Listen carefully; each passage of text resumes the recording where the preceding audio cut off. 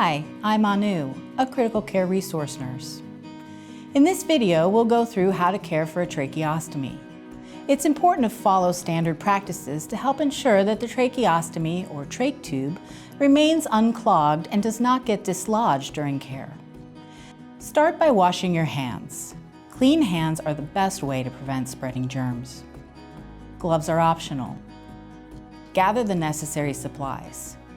These include a stable work surface near the patient, surface suction device or little sucker, tracheal suction catheter, normal saline bullets, new tracheostomy Velcro ties, blunt tip scissors for trimming trach ties, cotton tip swabs, 4x4 gauze or a washcloth, 4x4 split gauze, depending on adult neck size, and a speaking valve device if applicable.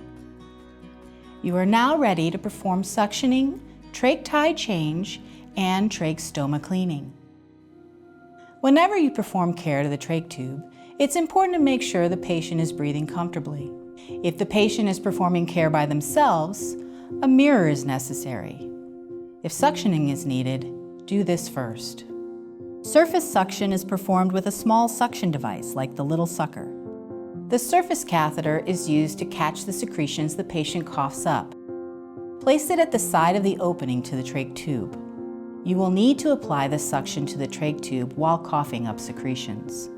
If there is wet-sounding breathing or additional suctioning is needed, use the tracheal suction catheter to remove deeper secretions.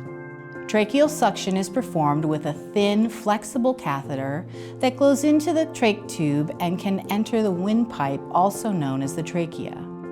Before you begin, make sure you know how to deep suction. It's important that you do not suction beyond the length of the tracheostomy tube.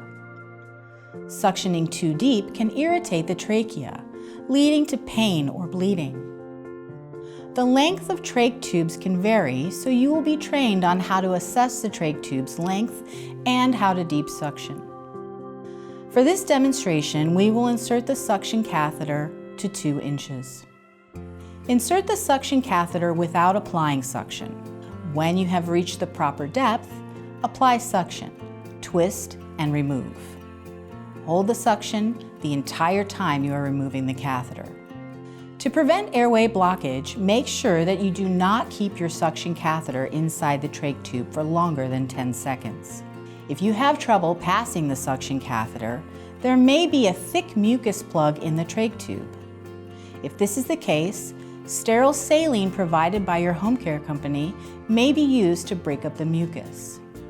After applying the saline, try again to pass the suction catheter. Thick plugs may require repeating this process, so always check for comfortable breathing. If breathing becomes difficult and you have a self-inflating bag, give a few breaths. If this doesn't help, or if a self-inflating bag is not available, then change the inner cannula immediately. Replace trach ties once every day or when they are soiled or wet.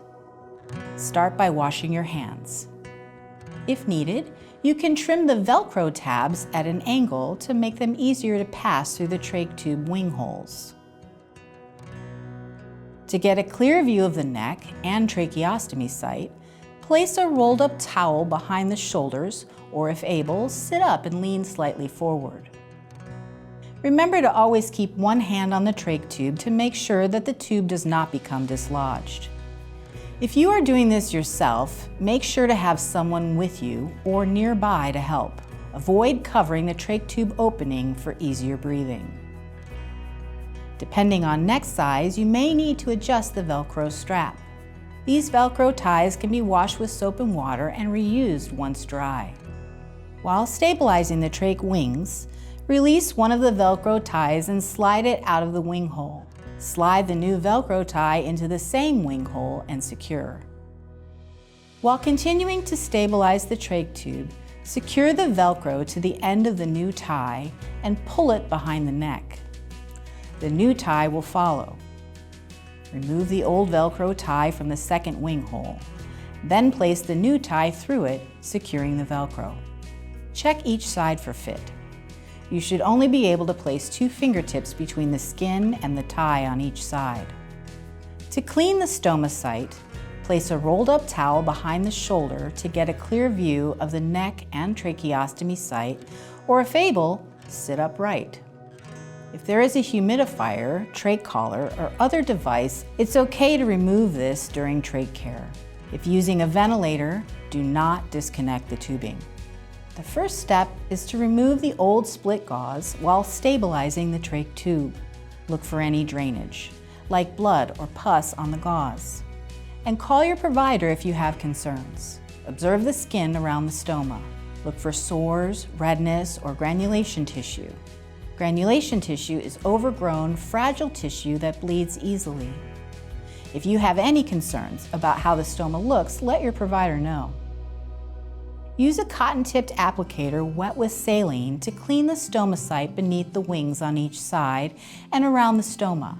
Always keep one hand on the trach tube to hold it in position while you're cleaning the surrounding skin, and avoid covering the trach tube opening. If you see any drainage or oozing from the stoma, replace the split gauze to wick moisture away to prevent damage to the skin. Use a cotton tip applicator to help insert the split gauze while stabilizing the trach tube with the opposite hand. Make sure breathing is comfortable during the cleaning and after you are finished. Some people can use a speaking valve attached to their tracheostomy tube. This is a one-way valve that allows patients to communicate more clearly with their trach tube. The speaking valve also helps people cough and clear secretions more effectively while improving muscle strength for breathing and swallowing. The most common speaking valve is a passing mirror speaking valve, or the PMV 2000. Before applying the speaking valve, be sure to wash your hands thoroughly with soap and water. Check to make sure that the tube is either cuffed or cuffless. If the tube is cuffed, you will need to attach a 5 or 10 cc Luer lock syringe to deflate the cuff fully before placing the speaking valve. Once the cuff is deflated, you can attach the speaking valve to the trach tube by holding it in one hand between your thumb and forefinger and placing your other hand gently on the faceplate of the tracheostomy, using a quarter turn clockwise to secure the valve. You will need to add a little pressure during the attachment to make sure it fits securely onto the tube. Once in place, take a breath and start speaking. The valve is open during inhalation and closed during exhalation. It may take some time to get used to using this device. You may benefit from cues to actively utilize the upper airway while using this device by inhaling through the nose and exhaling through the mouth. In the beginning, you'll be closely observed by your care team to see how well you tolerate this device. The speaking valve should be removed if there is any shortness of breath or intolerance to the device, and alert your care team.